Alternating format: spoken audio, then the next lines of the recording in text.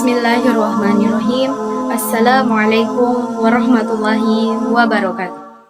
Alhamdulillahi rabbil alamin. Assalatu wassalamu ala asyrafil anbiya'i wal mursalin sayyidina Muhammadin wa ala alihi wa ashabihi ajma'in, amma ba'd. Baik, perkenalkan, nama saya Mufti Aulia dengan NIM 20200125026, salah satu mahasiswi jurusan Pendidikan Bahasa Arab angkatan 2025 kelas PBA. Al-Quran dan Al-Hadis sejak zaman kepemimpinan Rasulullah SAW sudah digunakan sebagai sumber hukum Islam. Segala persoalan yang terjadi pada masa tersebut bisa ditemukan solusinya dalam Al-Quran maupun Al-Hadis. Pertama, orang akan mencari hukumnya di Al-Quran. Jika tidak ada, maka mereka akan mencari di Al-Hadis. Bagaimana jika di keduanya juga tidak ada? Maka para sahabat Nabi pada masa tersebut akan langsung bertanya kepada Nabi, sehingga masalah apapun bisa diselesaikan. Namun ketika Rasulullah SAW sudah wafat, maka persoalan kemudian muncul, sebab saat dijumpai suatu permasalahan yang tidak ada dasarnya di Al-Quran maupun Al-Hadis, maka umat muslim kesulitan untuk mencari sumber hukum yang adil, sebab tidak ada lagi tempat bertanya. Maka mulailah berkembang sumber hukum yang lain yang mampu mengatasi permasalahan hukum yang tumbuh semakin kompleks, yakni ijma dan qiyas. Jadi, pada kesempatan ini saya akan membahas dari salah satu obat hukum Islam tadi, yaitu tentang ijma. Ijma menurut bahasa atau lugah memiliki dua arti, yakni dilihat dari kata azam dan ittifaq. Azam berarti niat dari seseorang untuk melakukan sesuatu dan memutuskannya, sedangkan ittifaq artinya kesepakatan beberapa orang untuk melakukan sesuatu. Sedangkan menurut istilah, ijma adalah kesepakatan para mujtahid dari umat Nabi Muhammad SAW setelah wafatnya beliau pada suatu masa mengenai hukum syar'i.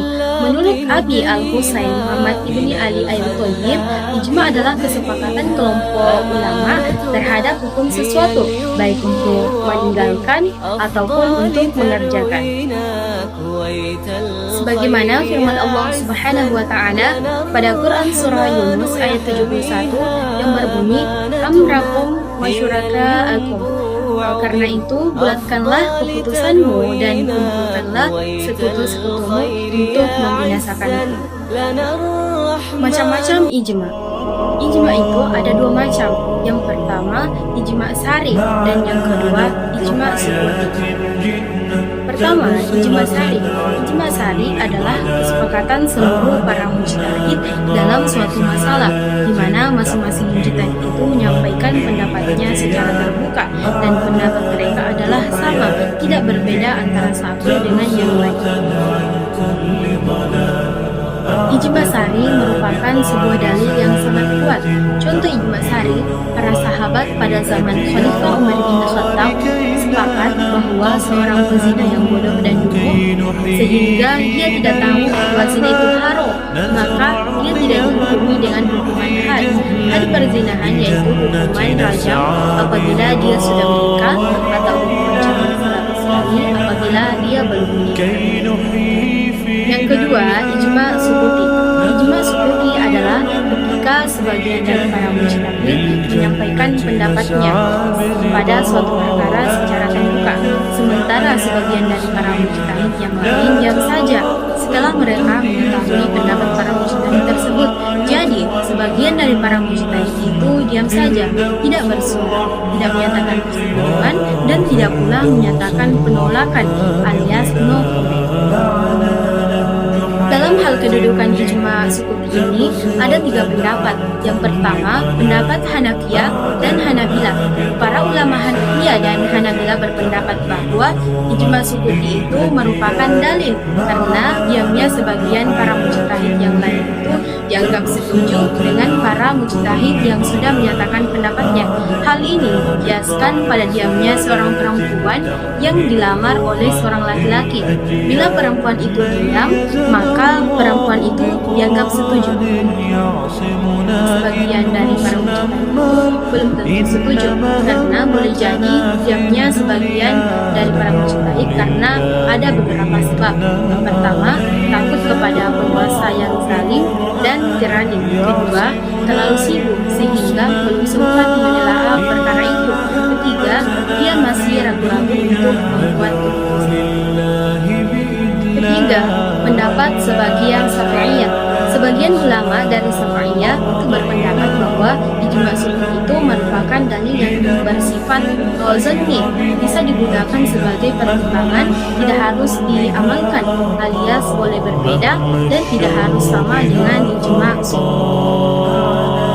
Adapun rukun dan syarat ijma. Rukun ijma pertama, adanya mujtahid. Kedua, kesepakatan seluruh mujtahid. Tiga, pihak yang bersepakat. Syarat ijma pertama, memenuhi kriteria ijtihad.